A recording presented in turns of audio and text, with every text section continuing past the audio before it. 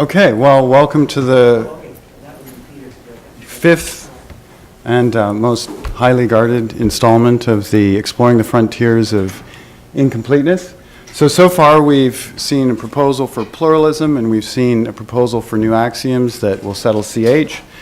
And in the last talk, we investigated the notion of evidence and reason in mathematics.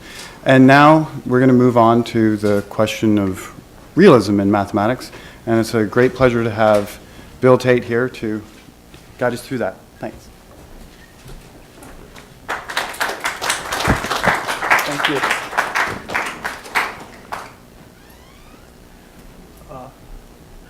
That's as technical as my talk will get. In fact, as I wrote in my paper, I said my talk is rather on the edge of the topic of the conference, and Peter rightly objects to that. It's fundamental. I guess what I had in mind, it's on the edge of perhaps the interests of people who are involved in the workshop.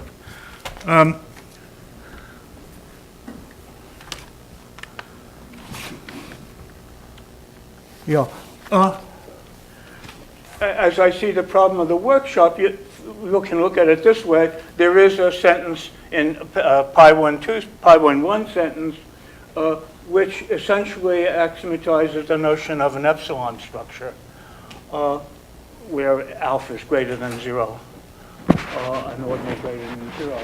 And then the problem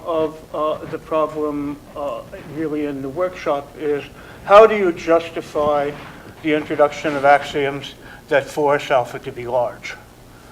But the question that I'm going to be talking about is much more basic, but it has quite ancient roots. Namely, it's the question of, well, how do you know that there are such things, such structures, at all? How do we know that there exist such things as sets, and how do we know that given such things, the axioms we write down for them are the appropriate ones? I mean, they are very primitive questions, but the skepticism implicit in them is very old. And what I want to do is to explain why I think the questions as intended are empty and the skepticism, in fact, is unjustified. I'll be expanding an argument actually that I gave, incidentally, about the paper that's posted. There's a revision of it, but the revision doesn't give a bibliography because the database that I brought with me is a very old one and doesn't have the thing. What I'll do when I get home, I'll arrange to post the paper with the correct bibliography. But in any case, the paper that I'm talking about is a paper called Proof and Truth, the Platonism of Mathematics, which I think I published in 1986. And the argument in question had two parts. The first part of it was to show that the skepticism about ideal objects, which is what we're talking about, has a parallel, which is a deeper and even more elderly skepticism, and that's the skepticism about whether there are physical objects at all. And what I wanted, the second part of the argument was to show that both skepticisms are based on a misconception about how language works. That was the first part of my paper, Proof and Truth. Actually, the second part was concerned with something else entirely, and is inessential for what I want to talk about. I mean, one thing about that paper that is different from what I'm emphasizing now is I didn't realize to what extent what I was arguing was implicit already in Wittgenstein's philosophical investigations, and in fact I think is the dominant thread in that paper, in that work. I mean, that may be a surprise to anyone who's working in foundations of mathematics to think of Wittgenstein as someone who's of interest. I mean, the anti-Platonist, the skeptic, but I don't think he's a skeptic. I think he's an anti-skeptic. And as far as his views about mathematics, the problem was that his idea of mathematics didn't belong to the 20th century. It probably didn't even belong to the later part of the 19th century. What it belonged to was the 18th century. Mathematics is calculation and construction and so on. So I don't think that, so it's not his views about mathematics that are interesting. It's his views about skepticism in general that apply to the case of mathematics, although he himself seems not to have realized that.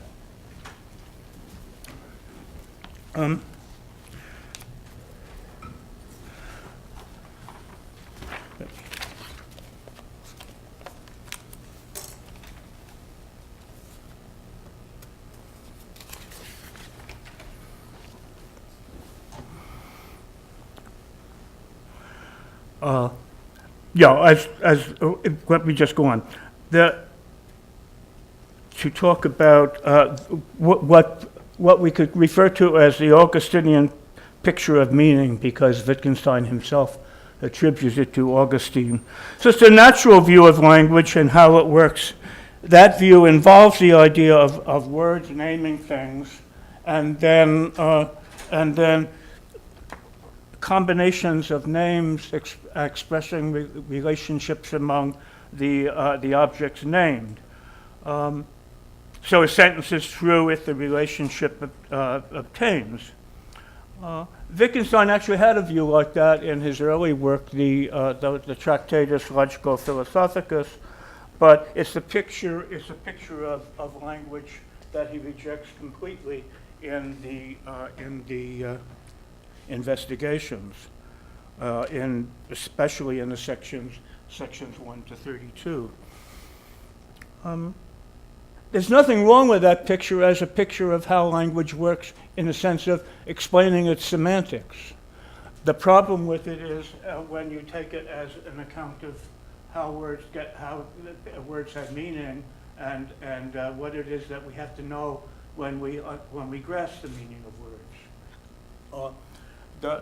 The situation is illustrated very easily with Tarski's definition of truth, which is, you could say, based on such a picture. It's in a relatively simple, impoverished language where you can apply where you can regiment everything in first-order predicate logic, and then apply the Tarski truth definition. Shows you how this Augustinian picture works. But of course, the picture requires that you give the definition in a meta-language. And the problem is that if you're just talking about ordinary English or ordinary mathematical English, what is the meta-language? The point was actually made, I think, earlier in a paper on general semantics by David Lewis. I think I've...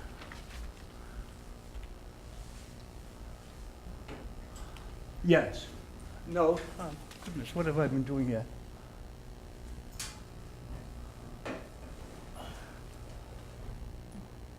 Okay. Yes, the quote up there.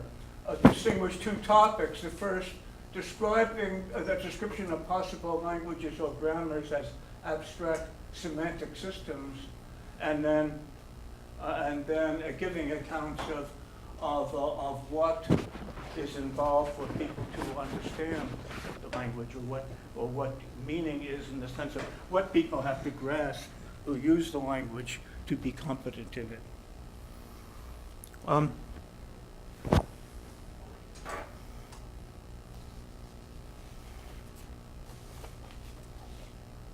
Wittgenstein himself sums up the problem with the Augustinian picture in section 32. Augustine describes the language, the learning of human language, as if the child, the person learning the language, came into a foreign country and did not understand the language of that country. That is, as if he already had a language, only not that one. And when we think about the relation of language to reality, we actually are in the position of that child. We have to be thinking about it in our own language. That's the framework within which we can talk about the relation between language and reality. So when faced with questions of some other language, I can only answer them by referring to kinds of objects, properties, and relations in my own language, namely I translate. But when instead of thinking that we're in a foreign country and the problem is translating from one language to another, we go domestic, as Quine calls it, and we ask about what we mean, as rather silly questions can arise. The question of what does gavagai mean in an exotic language becomes a question of what we mean by the word rabbit. Consequence of this view is a consequence of this Augustinian picture as a picture of meaning, of what's required for us to understand and to have knowledge of a domain of objects, is a skepticism about ideal objects. The point is that in the Augustinian picture, meaning presupposes already some kind of a pre-linguistic kind of relation between the word and the object. The relation perhaps given in terms of ostension or by a translation from another language.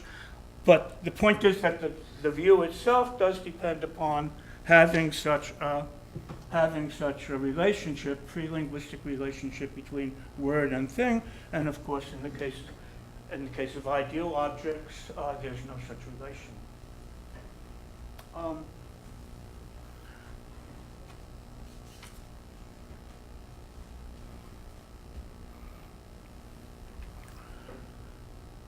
So as I say, the consequence of this is a skepticism about the existence of abstract, or as I prefer to call them, ideal objects, and in particular the objects of mathematics, such as numbers and sets and functions, objects with which most of us believe we have no extra-linguistic connection.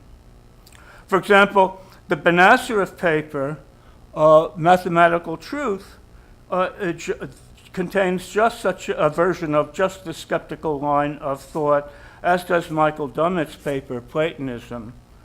I'm sorry that, as I say, the references to these are not in the paper that you have, but I'll have them available. It's led even in recent times to various forms of nominalism, according to which there are no ideal objects. I won't talk about distinctions of the various kinds of nominalisms, since what I want to do is to disarm the argument that leads to any of them. So I'm taking the term ideal here to mean the opposite of natural or empirical, where the latter refers to objects found in the natural world. It would in many ways to make sense to refer to objects of the latter kind as real, but unfortunately that would be giving away my point, because then it would have the implication that ideal things were unreal. And the trouble is the use of the word real, unreal has already been used, has been usurped to talk about just an issue that I want to disarm, whether mathematical objects exist or don't exist.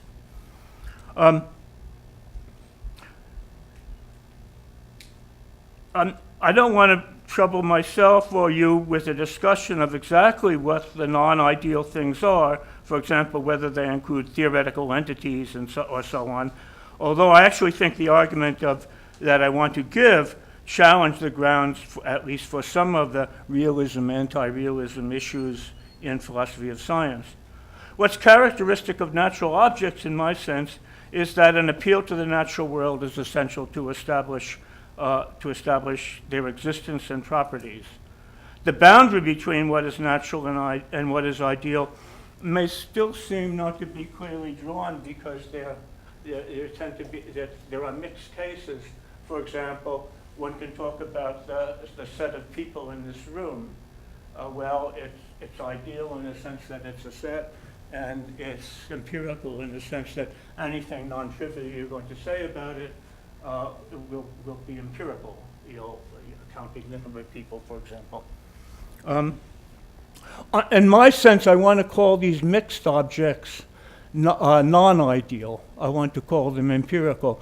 When I would speak about ideal, I want to be talking only about things for which just no fact about the empirical world is relevant to their properties.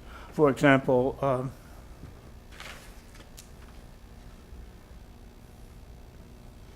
an ideal object would be the system of natural numbers that it can characterize. A mixed object would be the set of x such that, or the class of x such that fx, and the number of x such that fx when f is an empirical property, an empirical concept.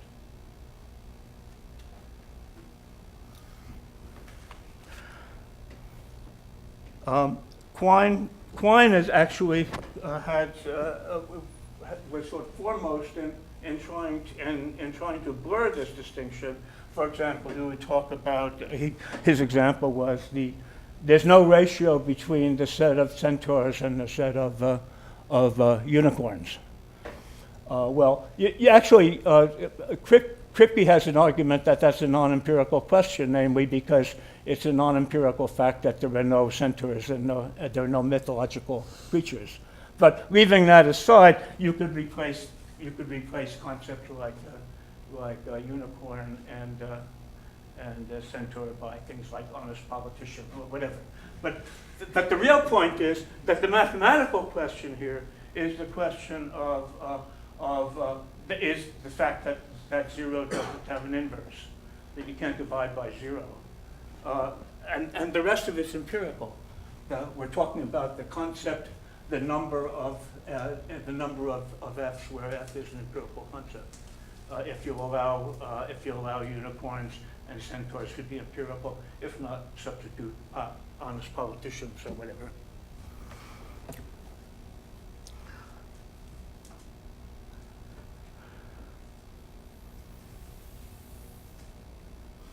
Actually, deriving from Aristotle's on interpretations, the idea of a language already possessed, that is a language, the idea that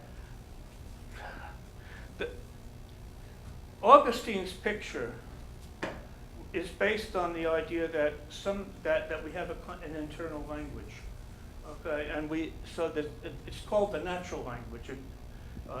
As I say, it derived from Aristotle, and in that natural language is something you come equipped with, and then what we call natural language were called conventional languages. So English is a conventional language, and learning English amounted to learning what conventional names apply to the names in the natural language, the language of the mind. And of course, that's a view that gets taken up in more recent times by people like Pinker and of course Jerry Fodor, and where there is this idea of a language of the mind in exactly this sense. There's some variation of it, I think, among connectionist theories of cognitive processes, which identify concepts with certain neural structures. But what I want to say about that is that from our point of view, I don't think we can take we can take seriously that the source of meaning of our linguistic expressions is an internal language of the mind or the brain. But I should emphasize that this doesn't the argument for that is, for example, supposing I compute 5 plus 7 to 13. In other words, my internal computer is wrong. Of course, there could be an internal mechanism for checking my computer, but supposing that from the internal point of view, that's not wrong. My internal check, adding checker agrees that 7 plus 5 computes to 13. Then on what grounds other than external ones can we say I was wrong? And so I think that's the reason why one can't take seriously a view of language based on the idea of an internal language of thought.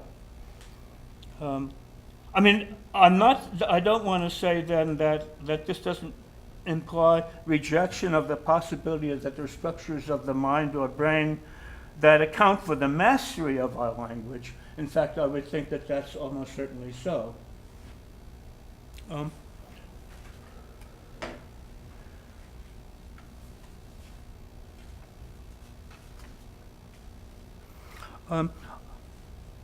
There's one, I want to mention one rather singular takeoff from skepticism about ideal objects, and that's Quine's conception, according to which mathematical theories gain meaning and vindication only as part of a grand theory of everything, where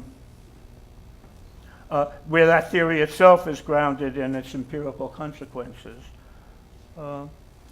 Quine actually abandoned nominalism, that was his favorite position, simply because it couldn't account for sufficient amount of mathematics to support the empirical sciences. But the view then that he arrived at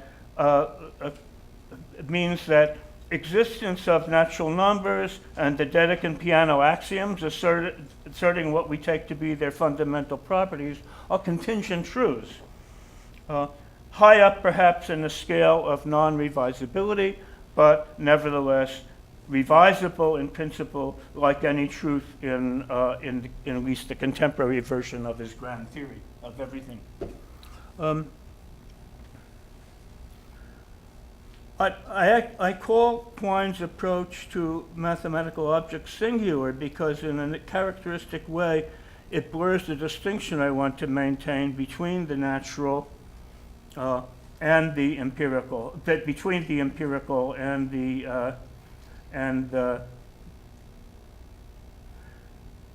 ideal, where the first is subject to empirical investigation and the second not. I mean, Quine's, let me just skip that, I think.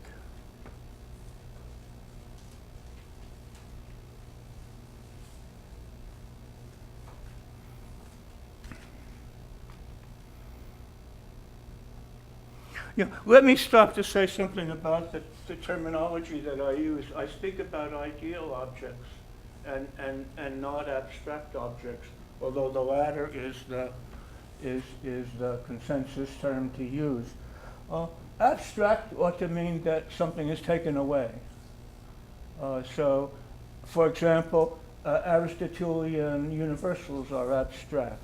You're abstracting from, for example, man, or from whatever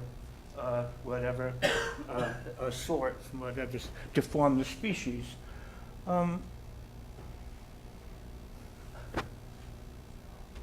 Lambda x f of x is an abstraction of, well, sorry, leave that aside for a minute. Historically, the question about the existence of abstract objects concerned whether universals abstracted from sensible substances existed in their own right, whatever that's supposed to mean. But of course, these universalities were not ideal objects, and in particular are not mathematical objects. We can place the universal by the class of things falling under the universal, assuming, contrary to fact, that in at least most cases, that the class is well defined. I mean, normally, concepts like man, so on, don't have clear boundaries, and so when you abstract the class, it's not something that is well defined. But whatever else is true, it's going to be a mixed object. It's not going to be an ideal object. And it's in this way that the issue of the existence of abstract objects entered the 20th century debate over the existence of mathematical objects, namely because one moved from the Aristotelian universal to the class set of things that were satisfied by which fell under the universal. Anyway, I hope that the discussion explains why I may want to make the separation between the notion of a universal and the notion of an abstract object and the notion of an ideal object. Numbers aren't abstracted from anything. Sets aren't abstracted from anything in our sense of set.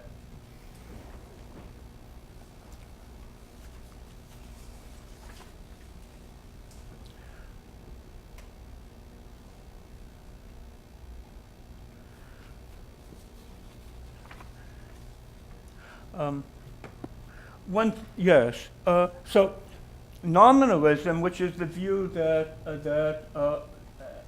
originally the view that there were no universals, now the view that there were no ideal objects. It's certainly a very radical position, and one must believe that even though there aren't many nominalists around, undercutting the skeptical argument in favor of nominalism is worth doing. But it's not just nominalism that's the issue. I mean, there have been, from at least the beginning of the 20th century, more moderate but still quite restrictive positions concerning the nature of mathematics, such as predicativism and constructivism, that draw their rationale in part from the skeptical argument. Actually, I'm not referring to the development of predicative mathematics or constructive mathematics in its own right. I mean, these can be viewed just as a part of mathematics in the unfettered sense, which have their own intrinsic interest. I'm talking about views that mathematics must be constructive, that mathematical objects must, in the one case, be definable by us, except for the natural numbers, or that they must be constructible by us. That's the view that I'm referring to here. And this argument has its motivation also in this picture of language, the things that we can know, if not they're the things that we can perceive, they're the things that we can define ourselves or construct ourselves. So somehow it brings us closer to those objects. But those who subscribe to the skeptical argument that I've mentioned in support of nominalism or this kind of revisionist mathematics, namely that we don't causally interact with ideal objects, tend to ignore a venerable and more radical skepticism that cuts deeper. It challenges even our knowledge about natural objects. For what it notices is that our talk about interaction with natural objects, with empirical objects, presupposes that there are such things. And absent that presupposition, all we can really talk about is what is our end, namely the sensory data that we absorb from them. The structure that is imposed on these inputs in order to give meaning to our statements about the natural world, this structure does not itself derive from the inputs themselves. This actually first was pointed out in the Theaetetus by Plato, and one can reasonably ask why one should be less skeptical about this structure than about the pure structure posited in mathematics. And here I wanted to quote Gödel, because I think that's at least part of what he's saying. This is in his paper on what is Cantor's continuum problem. It's in the supplement to to the 64 version of it. And I think it's making, at least in part, it's making exactly that point, that, that what we're actually given in experience are just sensations, and that what we impose on them is a kind of a structure when we see it, when we see this as experience of sensible objects. And then the question is, well, if we're willing to accept this structure as a part of our perception of actual objects, why don't we accept the pure structure of sets where absent the sensations? So this deeper form of skepticism, which has led to various forms of idealism and solipsism, and can easily lead to further, more radical views, according to which even the self dissolves into isolated instances of sensations, memories, and feelings, certainly demands a response from us, an indication of where the skeptical argument goes wrong, of why the premise that our supposed interactions with the natural world can be challenged on the grounds that all we really have are sensory inputs, why this does not yield the conclusion that we can have no knowledge of the natural world. I've actually argued in the paper Proof and Truth that the skeptical argument leading to idealism and solipsism is parallel to that in support of nominalism and revisionism in mathematics, that is, the skepticism about ideal objects. The two cases are, to be sure, not entirely parallel. In the case of knowledge concerning sensible objects, we can speak of two kinds of knowledge, knowledge of or acquaintance with, on the one hand, and propositional knowledge, knowledge that or knowledge about objects on the other. I'm not going to discuss the concept of knowledge of now, but the thing to notice is that it's restricted to objects that we can perceive, and so incidentally will exclude many of the things which both that both some present-day nominalists and advocates of causal theories of meaning would ascribe existence. And notwithstanding a dubious reading of a passage by Gödel, actually in the same section of that paper,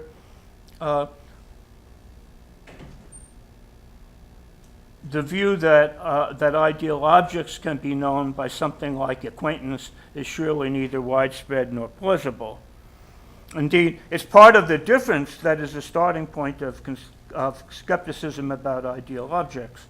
Bernays, in his paper on Platonism, speaks of, in this respect, of the remoteness of the objects of classical mathematics. But the possibility of presence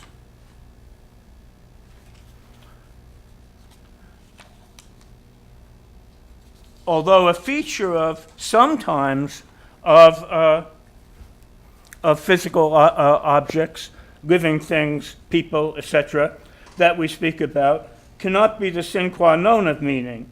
That is what the deeper skepticism tells us. The Augustinian picture of meaning, which lies behind the belief that presence is in some way essential to meaning, is a picture that we can draw only after we have language, at least some language already in place. So when we talk about ultimate meanings, we have to look elsewhere than to this picture. For it's not the object simpliciter that is present, but the object embodied, or in a sense I want to eventually make clear, constituted in language.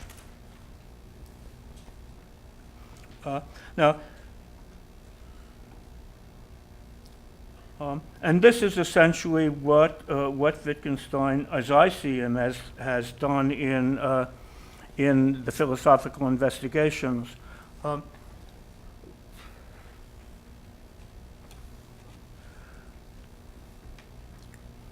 Let me.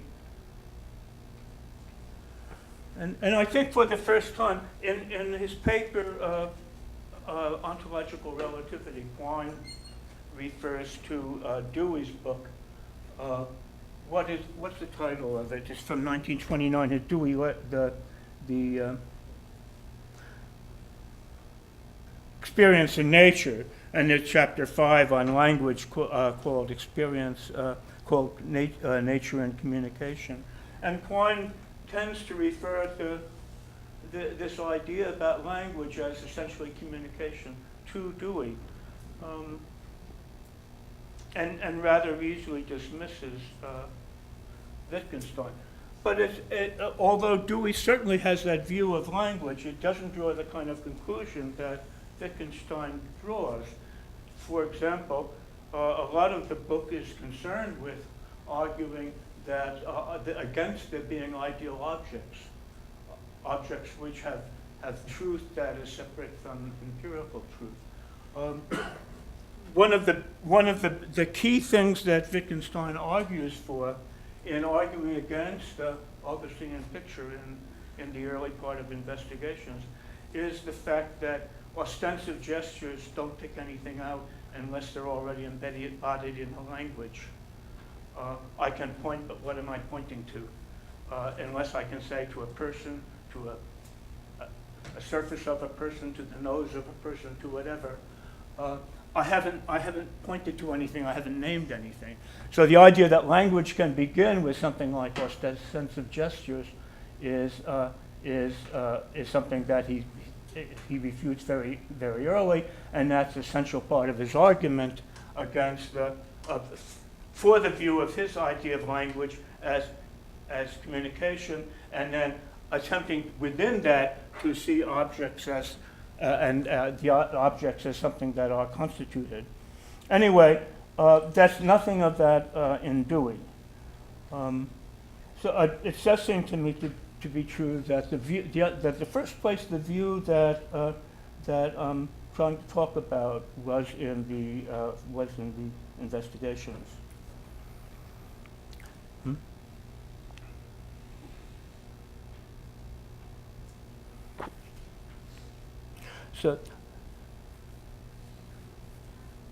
So for both, in fact, and that's true for Quine too. Quine did understand the point about ostension in his paper. In fact, in that paper, Ontological Relativity.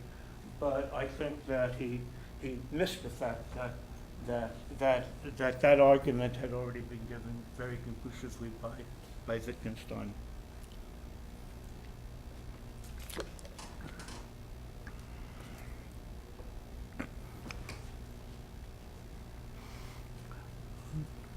The characteristic thing about meaning and understanding from Wittgenstein's point of view is that they're perfectly objective. The account of meaning of linguistic expressions and understanding or grasping the meaning of expressions developed in the Investigations takes them both out of the mind and locates them each in its own way in the public domain. So in this respect, it challenges the views of many contemporary writers in philosophy of language and of mind, including both philosophers who count themselves to be supporters of Wittgenstein, of what they take to be his views, and some who count themselves in opposition. The account in the Investigations in particular rejects the view that meaning and understanding fall outside nature, the domain of natural science, as we usually understand that term. I don't want to say that Wittgenstein would have ever said that. What I want to say is that his views are views where the notion of understanding and the notion of meaning are natural. These are natural concepts. Wittgenstein himself may have been skeptical about the possibility of cognitive science, but despite some decades of questionable or premature claims made for this science by philosophers, computer scientists, and linguists, it would be quite foolish to question its importance, much less its legitimacy. And I wouldn't want to follow Wittgenstein there. but I think that a consequence of his analysis, as opposed possibly to his prejudices, is the separation of two questions. What are meaning and understanding on the one hand, and what mechanisms account for them on the other? The former question asks for conceptual clarification. The latter is in the domain of natural science. It asks for causal explanations. For example, of how language develops and evolves, and how we individually develop linguistic competence. It's the former notion, the former question, that concerned Wittgenstein and the investigations. So I think one doesn't have to read him as being against natural science. It's just that that wasn't the subject. There had been some explicit confusion in contemporary philosophy of mind between concept and cause here, but I believe that the confusion also implicitly underlies many of the objections to the investigations' account of understanding, as well as many of the misunderstandings of it, without having been brought out into the open.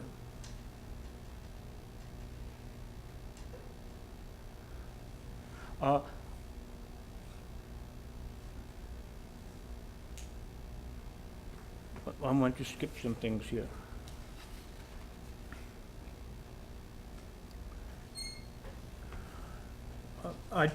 Yes. Before I say more about this conception of understanding and of meaning, let me just say that whether or not the interpretation I give of his position is in every respect correct or not, there's no doubt that he himself felt that his view dissolved skeptical arguments about ontology. Thus, he wrote,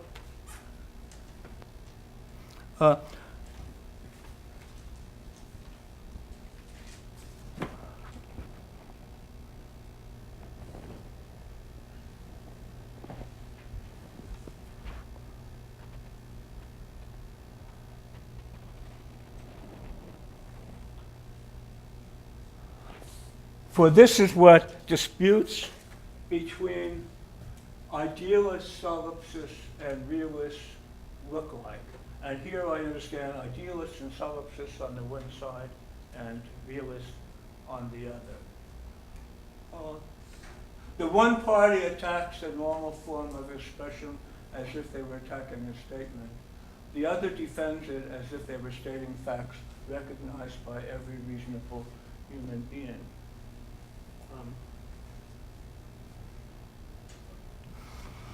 To avoid misunderstanding, though, I should probably mention at the outset that I'm not following Wittgenstein's lead on the nature of mathematics. I guess I made that clear when I began speaking.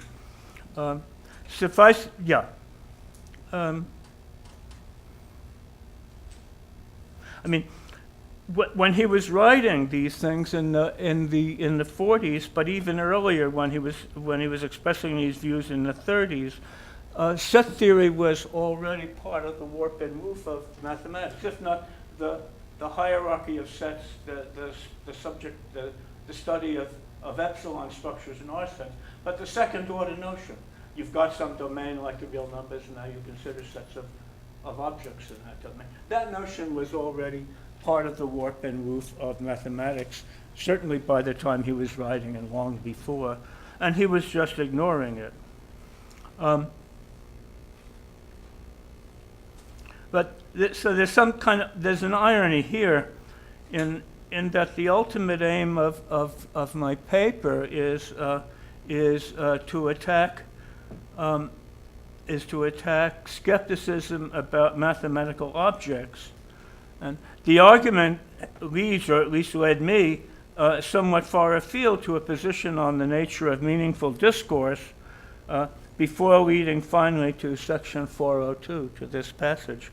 But there we find conspicuously absent from the catalog of empty skepticisms the one that is my main concern, namely there should be the nominalist and the realist about mathematics there.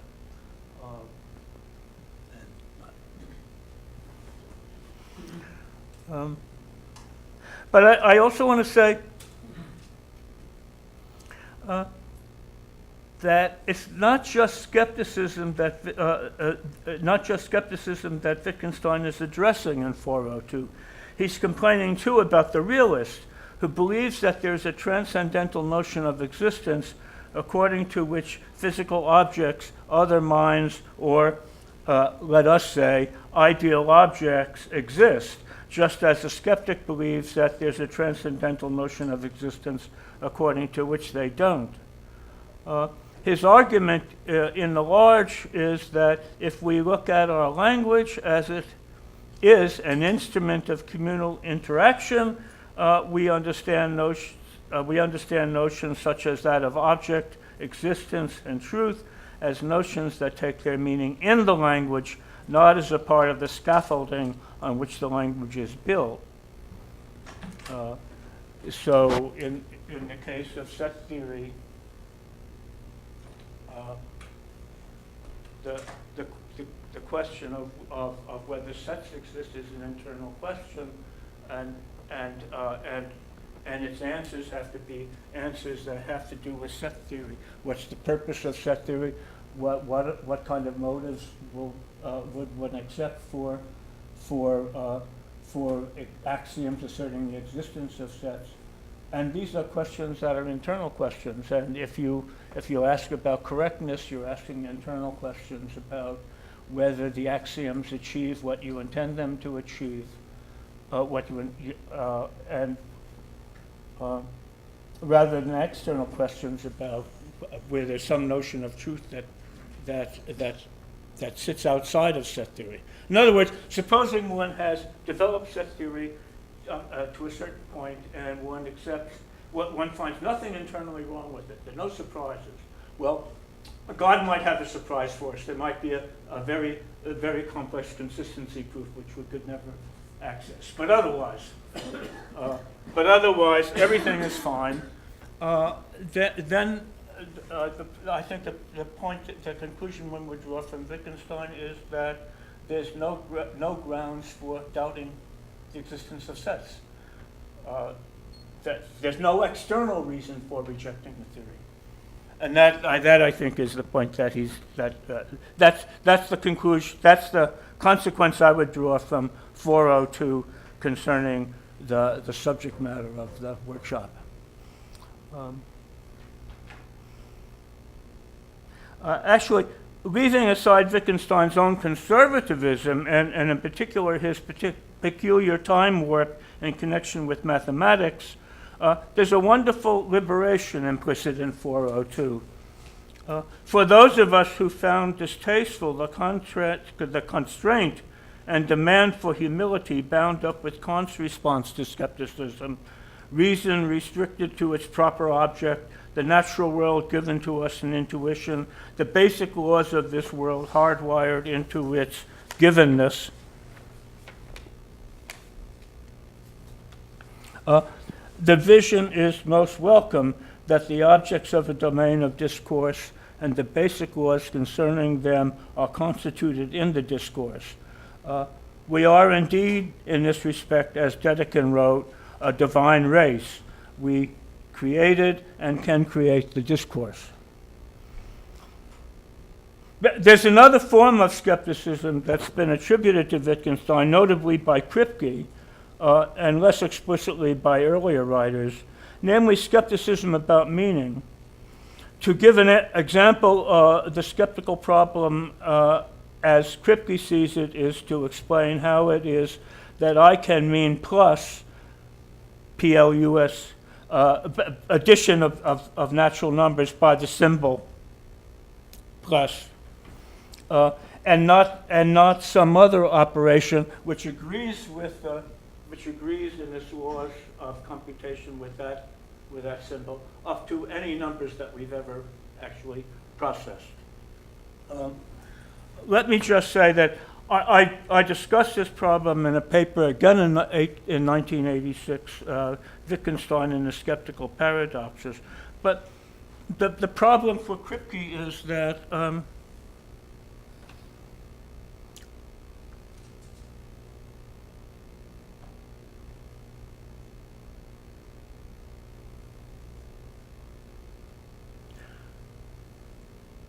well, let's see. Kripke's problem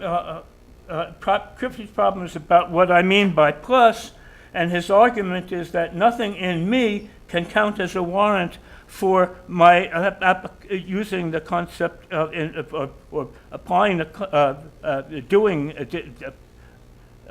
making additions in new cases of addition. But what I mean is parasitic of what the word plus means in English. And it's in English usage that the warrant abides. It's nothing in me that justifies how I add. It's in the usage in English. Kripke ascribes this problem to Wittgenstein, but again, this is a mistake. In the passage to which Kripke refers as stating the problem, namely 201, Wittgenstein is speaking about understanding, and he refers to the paradox that has already been resolved. I'll actually talk about that in a few minutes. The paradox lay in thinking that behind our understanding of or grasping a meaning, say of a rule, the rule of addition, must lie something else that we understand, so that there's an infinite regress. The paradox has already been dissolved for him, however, with the observation that our understanding is nothing more than the disposition to act in accordance with the rule. And again, I'll come back to that point. There's no skeptical paradox requiring skeptical solutions or otherwise, either in the investigations or actually in fact.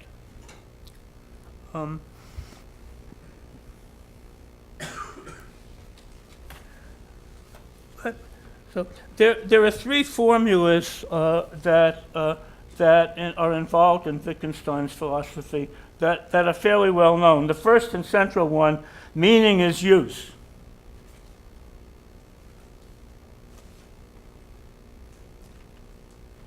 I seem to have lost the picture, dude. This one? The box on the top left Here?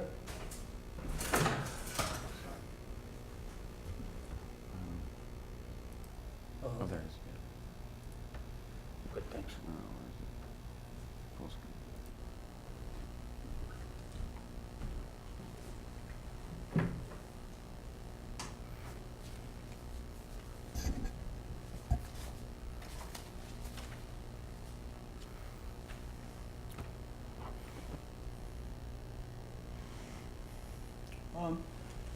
This is not quite what he says, but actually suitably understand it's accurate enough. The main point here, I think, is that that meaning is public. To understand what words mean, you look and see how people use the words. Of course, you can go and look in dictionaries and you'll get synonyms or you'll get descriptive phrases with the same meaning. But ultimately, even in dictionaries, it'll end up giving a list of core usages. So that's very realistically the notion of meaning that as it's used. When one's talking about meaning in a language like English. I mean, it doesn't mean you couldn't have your own private language, but although it would be parasitic, or having English, I could make up my own little language, or it's sort of empirically possible that someone could grow up and develop a language as a native language all by himself. But the point is, a language like English is a language that is public. And meaning that the meaning of words is to speak about the meaning of words has to cash out in speaking about how the words are used.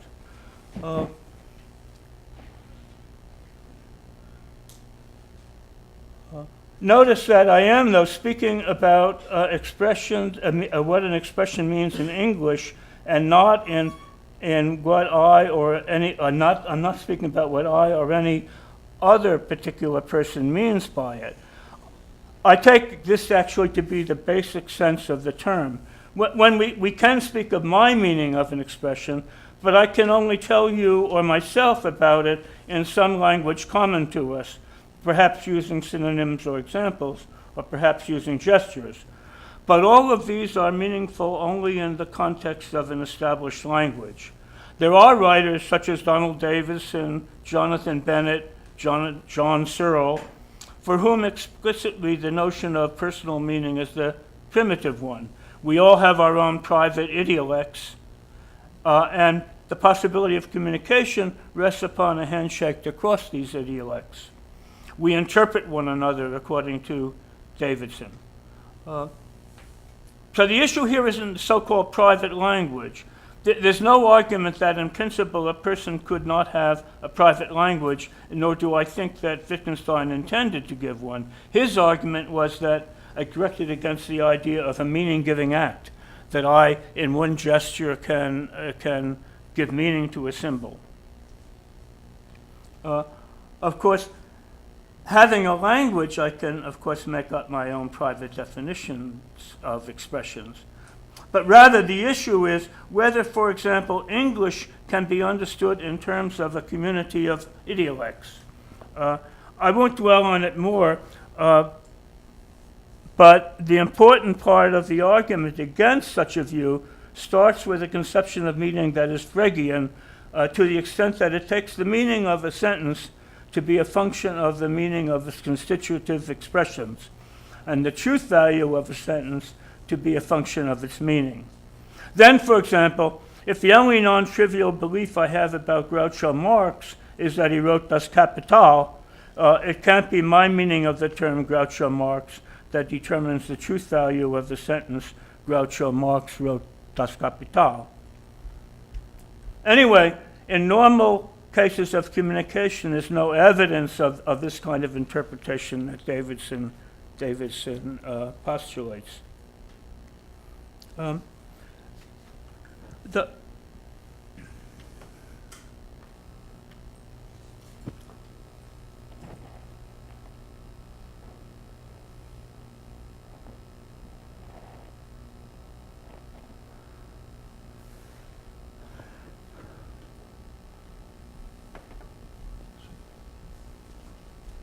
I should.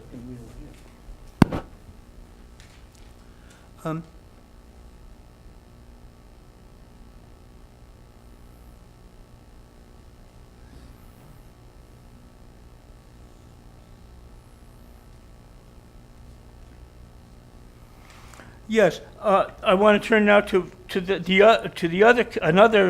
three key notions, formulas, and this concerns existence. And the crucial passage is section 10, which I paraphrase. What a word signifies is shown by the kind of use it has. Well, I haven't paraphrased it, I've quoted it. We ought always to keep before our eyes a complete sentence. Only in a sentence has words really a meaning. It is enough if the sentence taken as a whole has a sense. It is this that confers on those parts also their content. Here, this last part, I'm in fact quoting Frege's context principle. What a word signifies is shown by the kind of use it has is the paraphrase of section 10 of Investigations.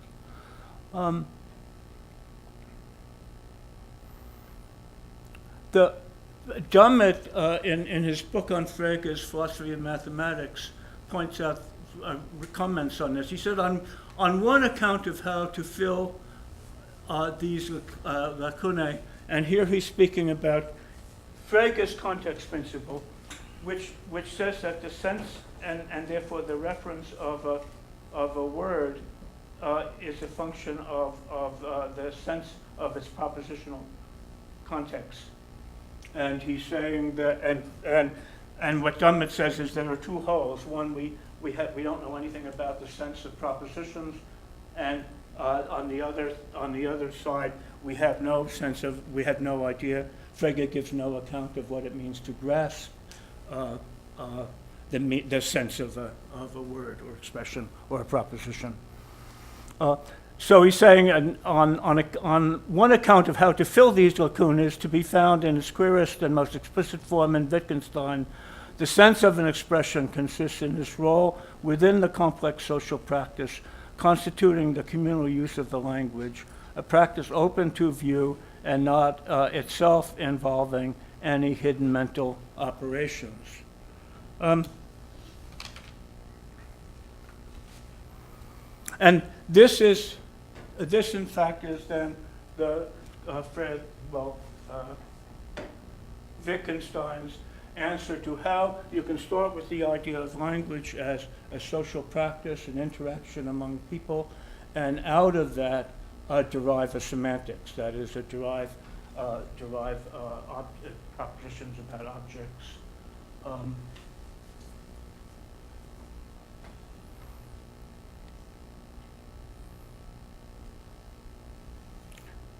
How in this we have domains of discourse about domains of objects, such as sets or physical objects, and so on.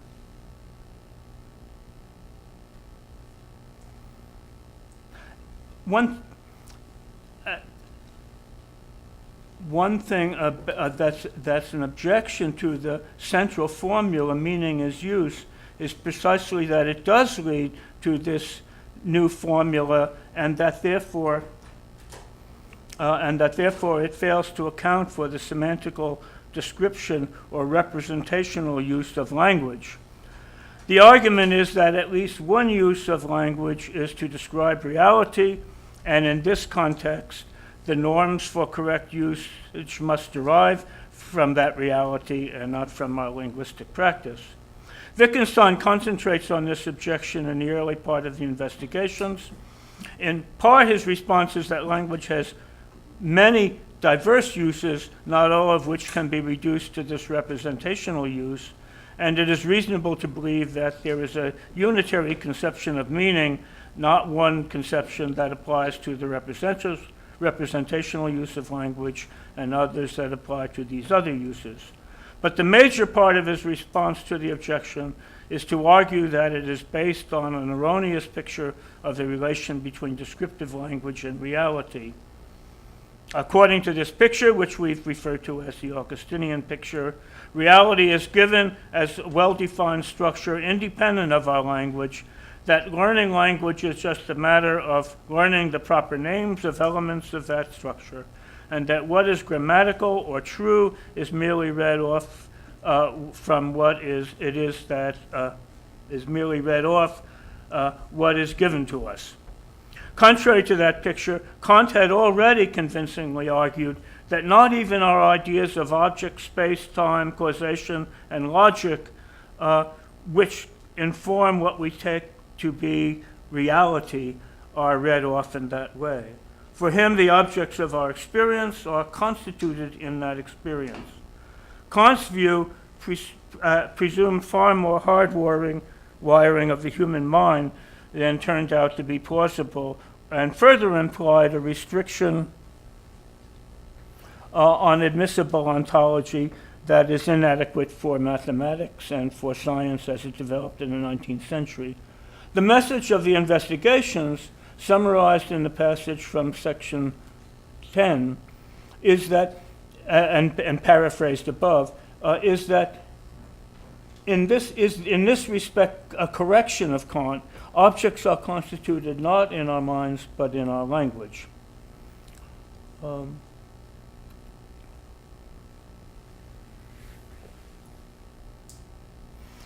Note that the modular role of the sentence in Frege's account of meaning, the meaning of a word is determined by the sense of its propositional context.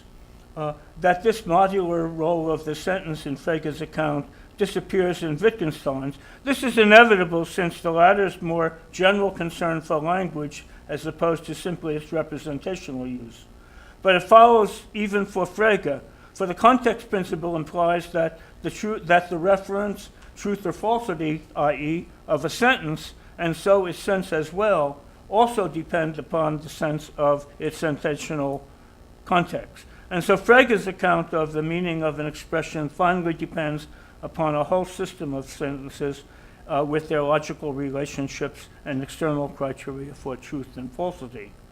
Thus, it is this system in its entirety that ultimately confers meaning on the individual's expressions.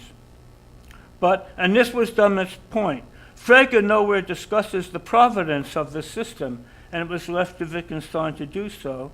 And when he does, lost is Frege's, for the Fregean sense of some monolithic language in which reality is described. It's replaced with the comparison of our language with, quote,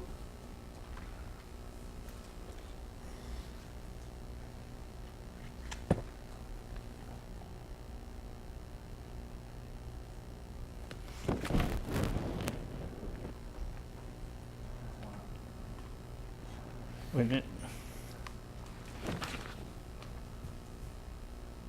An ancient city, a maze of little streets and squares of old and new houses, of houses with extensions from various periods, and all this surrounded by a multitude of new suburbs with straight and regular streets and uniform houses. Taking off from Frege's lead, he argues that what our words stand for is determined by how they're used. But there's an important distinction to be made here concerning the word determined. One may say that the structure of the fishnet, how coarse or fine the weave is, that it's that determines the kind of fish that will be caught. But it should be clear that that's not what Wittgenstein meant.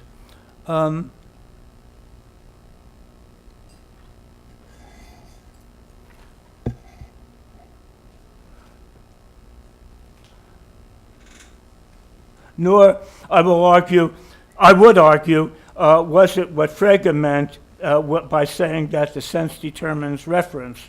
Rather, the sense of determines here is more like the sense in which the sculptor determines a statue or the cookie cutter the shape of the cookie. So to speak, objects, or better, kinds of objects, are constituted in language. And on this basis, we can begin to see how the conception of language understood as a social interaction meets the demand that we are able to describe realities in language. Objects and kinds of objects are constituted in language, not simply picked out by means of it. But this has often been completely misunderstood in discussions of the context principle. Thus, Tyler Burge writes,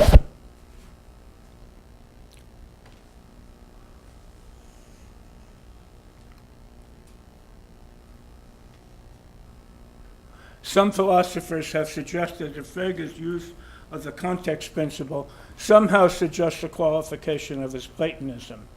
Issues surrounding Frege's context principles are, of course, extremely subtle and complex, but it seems to me that the suggestion must involve some confusion. The context principle governs relations between linguistic expressions and their senses or reference. They do not bear directly on the nature of senses or reference themselves at all. Burge's use of the plural here, context principles, has to do with whether Frege is referring to the sense or the reference. He's referring to both. Anyway, what I want to say here is that leaving that aside,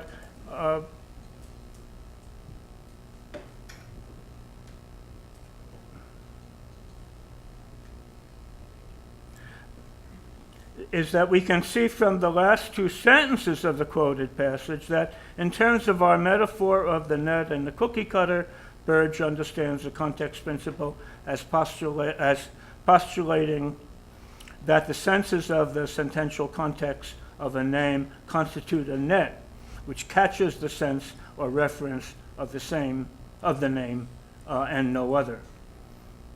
It's no wonder then that he has little sympathy for the principle. Properly understood, it contains not a qualification of Frege's Platonism, but a dismissal, and indeed also of Wittgenstein's point of view, a dismissal or a disqualification of the Platonism and anti-Platonism issue as at all meaningful. Yeah, I should stop now, yeah.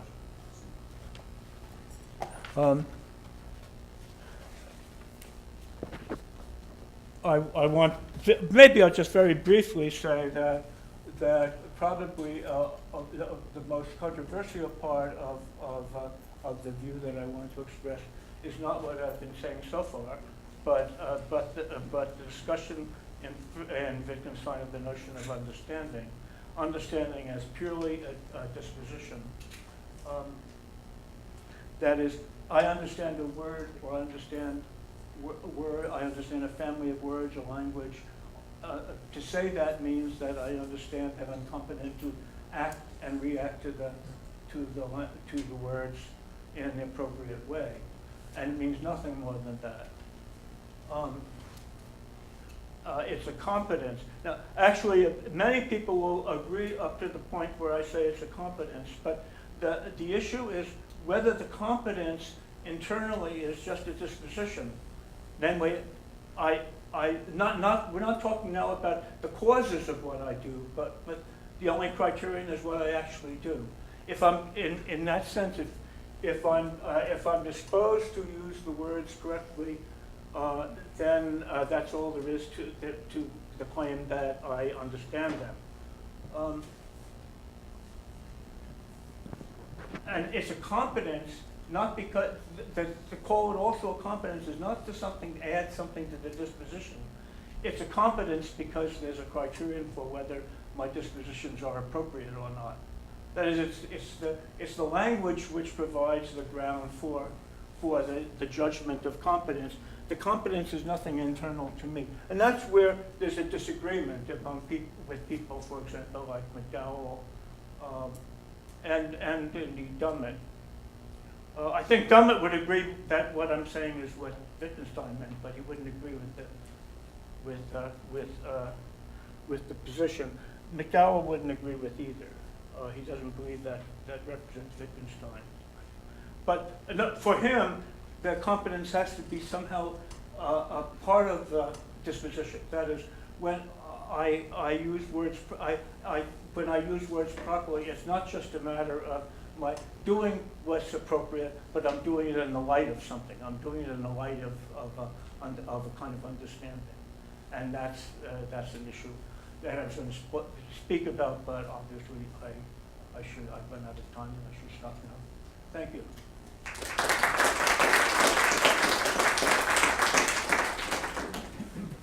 Questions?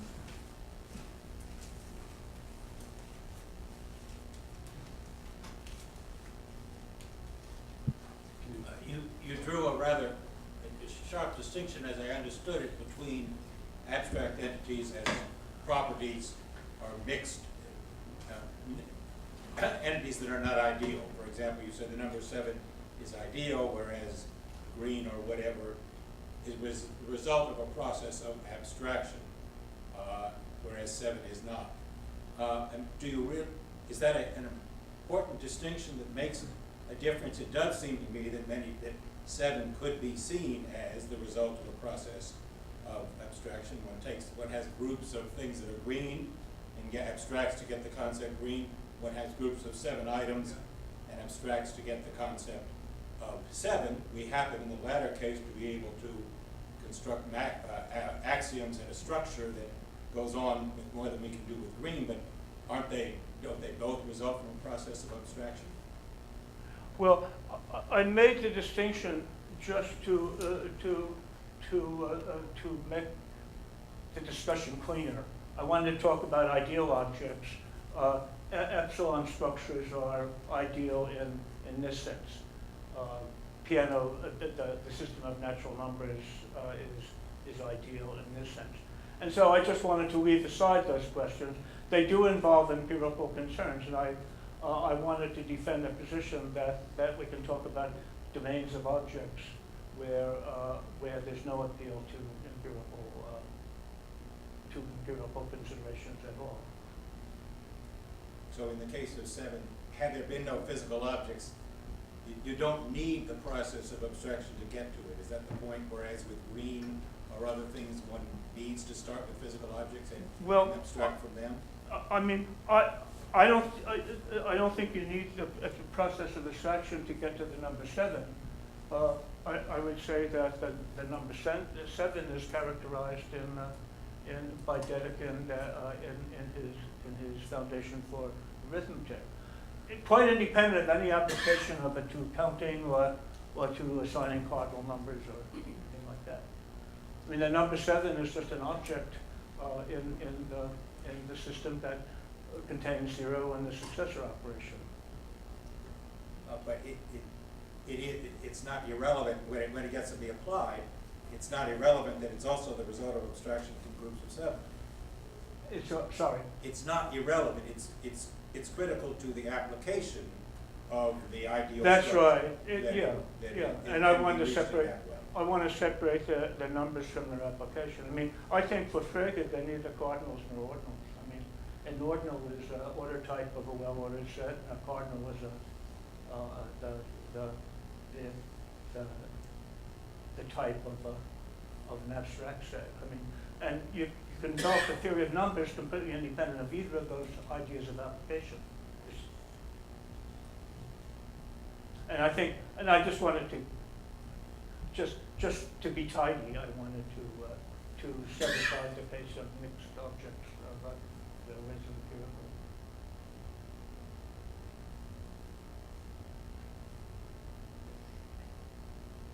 I have a question. So yeah, I want to bring it back to the question of realism and see how someone like Pfefferman would react to the defense of realism. It seems to me that the kind of realism you're getting is and we've talked about this, is a pretty minimal realism. So you're appealing to a general context principle, and you're saying ask only for the meaning of a term like V omega, which is essentially the structure of the natural numbers, or V omega plus 2, which is the structure of third-order arithmetic, where CH lives. Ask only for the meaning of those terms in the context of a practice. And they're insulated from empirical contact. They need not be accountable to empirical contact. It's a legitimate discourse. And therein lies realism concerning those, the reference of those terms. Now, it seems that Pfefferman would be able to be on board with that and say, yeah, in a minimal way, we've got realism for V omega and V omega plus 2, but still, V omega, this is Pfefferman talking, is a determinate domain and it supports determinate truth values. But V omega 2, despite the fact that you have this coherent discourse about it, is kind of fuzzy. And so it seems to me that the minimal realism you're getting by appeal to this general context principle is not tracking that fine-grained distinction. Okay, so that's a setup. Here's the question. Do you think that there's any legitimate further question to realism? Or do you think that that's the end of the story? Well, that's hard. But I want to say, you know, that it's not appealing to the context principle to justify speaking about sets. It's saying that that's the way language actually works. That, I mean, why do physical objects exist? I mean, if you get down to the billionth part, all you've got are ill-defined swarms of atoms, right? So, you know, the notion of physical object is constituted in our language, in the way that we speak about them. I mean, so it's not so much, I mean, the point here is that the force of the point, I think, is not so much to defend the reality of ideal objects as to undermine the reality of concrete objects in a certain way. Well, to show that they're in the same boat. And that was the original point of the proof and truth paper, was just that, to say, well, you question the existence of mathematical objects. Let's look and see how the same considerations apply to. So are V omega plus 2, and tables and chairs all in the same boat, or? What? are V omega and V omega plus 2 in the same boat? Yeah, I would, I mean, these are the point is these are internal questions, right? I mean, if you're a set theorist, you can consider questions of that kind, but they're questions within set theory, aren't they? What do you want to make them? Well, I'm just trying to see how, I guess I'm really asking, I see a minimal defense of realism in that you're putting physical objects, V omega plus 2, all in the same boat, and you're protecting the ideal objects from a certain kind of Benacerraf worry. But then I think after that, there's still the question of whether, you know, a statement like CH has a determinate truth value, and there's a question of whether a position like Pfefferman's, which draws a distinction between first-order arithmetic and third-order arithmetic, maintaining the first is determinate and the third is not. There's still room for that question. I'm wondering if you think there's room for that question, or you think it's a pseudo question. Well, I think Pfefferman's view of this that it's as indeterminate is a sociological statement, right? It's a statement about how things might develop in set theory. But He doesn't intend it that way. hmm? He doesn't intend it that way. Well, he did too. Well, when I charged him with that, he said, right. So he thinks it could turn out that it is determinate? What? I said, what you're making is a sociological prediction that no one will ever, that people will never accept an axioms, the axioms of set theory, which will determine the continuum hypothesis. And he said, that's right. But that's a sociological statement. But he's basing that sociological statement on a philosophical claim, namely that the one is determinate and the other is not. And he has... No, what's determinate? Then he thinks the natural numbers are determinate and arbitrary sets of real numbers are not determinate. And his reasons for that are philosophical. So it's on the basis of that philosophical asymmetry between realism about the one domain and the other that he's making the sociological prediction. Yeah. Well, look, I think what I want to say is that I'm not defending a realism weak or strong. In fact, in one sense of realism, I'm saying that the issue is, well, I'm agreeing with Wittgenstein. That it's just a question of whether you're willing to do set theory. If you are, then certain things exist because you prove they exist. The meaning of exist means that is given by the existential quantifier.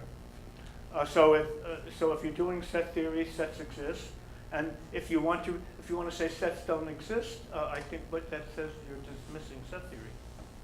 But you want something more than that. But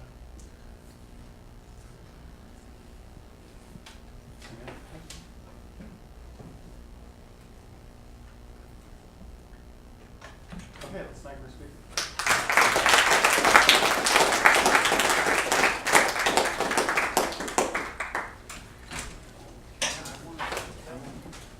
Something more because it gets relegated to the process.